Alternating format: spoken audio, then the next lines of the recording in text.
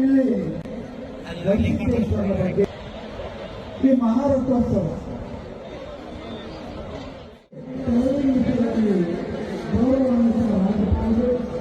ಮಹಾರಥೋತ್ಸವಕ್ಕೆ ಪೂಜ್ಯರ ಆಗಮಿಸಿರುವುದು ಚಾಲನೆಯನ್ನು ನೀಡಿದ್ದಾರೆ.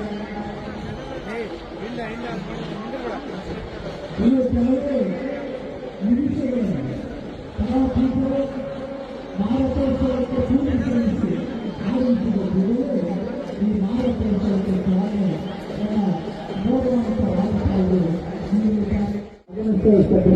ನಾವು ನೋಡ್ತಾ ಇದ್ದೇವೆ.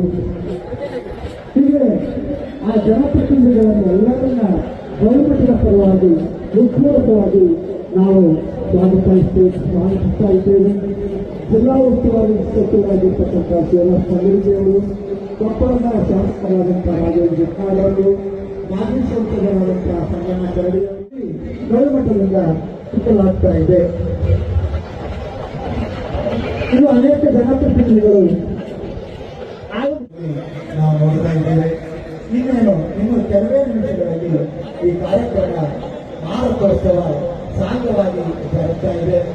ನಮ್ಮ ಎಲ್ಲ ಗೌರವದ ಎನ್ಸಿಸಿ ವಿದ್ಯಾರ್ಥಿಗಳು ಎಲ್ಲರೂ ಮತ್ತೆ ಸಾಧುಗೊಳಿಸತಕ್ಕಂಥ ಪ್ರಕ್ರಿಯೆಗಳನ್ನು ಈ ವಿಧಾನದಿಂದ ನಾವು ನೋಡ್ತಾ ಇದ್ದೀವಿ. ಬಗ್ಗೆ ನಾವು ತಿಳಿದುಕೊಳ್ಳಬಹುದಾಗಿದೆ. ಎಲ್ಲ ಭಕ್ತರಿಂದ ಇಲ್ಲಿ ನಾವೆಲ್ಲ ಕಂಡುಕೊಳ್ಳಬಹುದಾಗಿದೆ. ಇಲ್ಲಿ ರಥೋತ್ಸವಕ್ಕಾಗಿ ತಾವು ಹರಕೆಯನ್ನು ತೀರಿಸಬೇಕು ಅಂತ ಒಂದು ಕಾಯ್ತಾ ಇದ್ದಾರೆ ಅನೇಕ ಲಕ್ಷ ಭಕ್ತರು. ಇಲ್ಲಿ ಹಳ್ಳಿಗಳಿಂದ ಊರು